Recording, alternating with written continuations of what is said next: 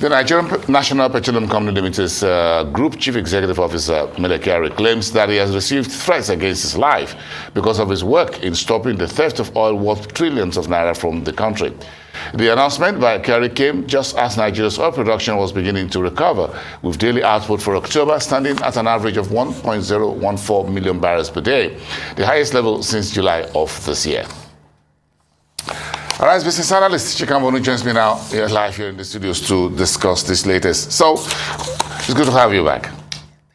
Thank you. Thank you so much. I didn't Japan. Yeah, well, unless we just add N to it if you went to Japan, by the way. But listen, while you were away, crude oil production went back to slightly above 1 million barrels per day. So we have some good news for you. I mean, this is what we expected. You know, with the intervention or the seeking out of the Tompolo group to assist in the pipeline crude oil theft oversight, we expected this to go up.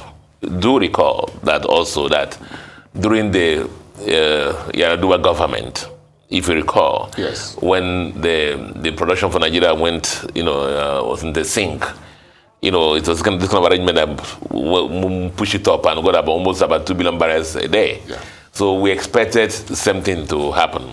Especially, you saw with the discoveries of so many attachments to the main pipelines that were discovered by this group. At the last count, I'm told that they have more than 295, they discovered 295 extra attachments. Illegal points. Illegal points. Everybody had their own, plugged in along the main pipe. But so you see two things. Apart from those being stolen directly from those pipes, the other thing that happens is what I call the production shut-ins, in the sense that the oil company sees that if I pump the oil through my pipeline, it will be stolen. So we just stay there. We don't produce. We don't do nothing. Yeah. So the cumulative of that is Nigeria was losing about 700,000 barrels a day. Our production, our quota was about 1.8 million barrels a day, and we're doing barely 1 million barrels. In the 2 months preceding October, we did 900 and something thousand barrels a day. Very paltry. But do you think this recovery is sustainable in the medium to long term? Yeah, of course, it's very sustainable because I said things go around. This is the same kind of arrangement that we had during the Yar'Adua government time. Yes. Well, I keep saying the money is... That was militancy. Yeah, the oil thieves seem to have sunk their teeth. The issue is that the money is sweet, as I told you.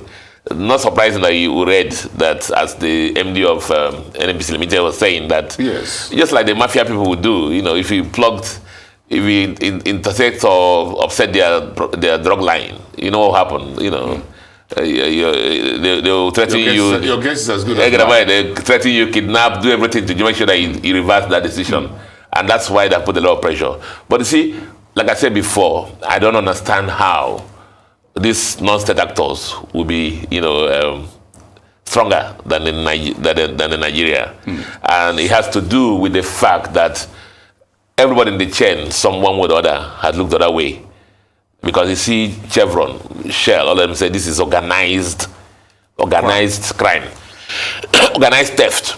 And they've been speaking and they've been shouting and nobody has listened to them until when these doldrums were now. Should the allegations of threat to life by the NNPC group chief executive, should it be taken serious? Of course, very seriously. Because, but the thing is, it's just like we'll see in other similar initiatives where he has to, when your lifeline is, is threatened, people tend to, he's seen as the main change agent for this initiative. I still look at hope for the NNPC that will really require, because with all this thing, like someone like the governor of Kaduna State said that the government has no hand. Erufai said the government should have no hand in oil business. Yes. Because are we talking about anybody stealing MTN recharge cards or Dangote cement bags? No, because it's a private sector driven. But because of the fact that this is still seen as national cake. and everything that goes in there, whether it's recruitment, whether it's contract terms, whether it's vendor management, whether it's anything that is not done at a professional level. And NNPC have been known for this, lack of transparency, a very opaque, black box kind of mentality. Yeah. And so we hope that the migration to the NNPC Limited, even if just, just bathing with your clothes on, would lead to a change. But do you think the fight against oil theft and vandalism and all that, those days are over? Or is it still a work in progress? It's still a work in progress because the money is sweet. They're going to fight back. Free money? Yeah, they're going to fight back. 700,000 barrels a day at $100 per barrel. See, it's so bad that Nigeria is the only nation in the world. God loves this country. And each time that we're in distress, He brings on one issue in the world economy to make sure that our gold, which is the oil, price goes up. And each time it goes up, He has helped us in the past. But this time around, because of the issues we had, we need to deal with a lot of things. But it's good to have you back to start this conversation back on the side of oil. Thank you. Good news. We can use some good news. Yes, we can. It should help us because everything translates to dollar. Okay, now that's a different. Now you're no. The dollar comes from this. If our oil production moves to 2 million barrels a day, come on, guy. The Central Bank of Nigeria will have the reserves to defend our currency. Someone is listening. Yeah, so that's the thing. That's what we've been preaching here. Chika Mbonu, our business analyst here on Global Business Report. Thank you for your time. Have a great day.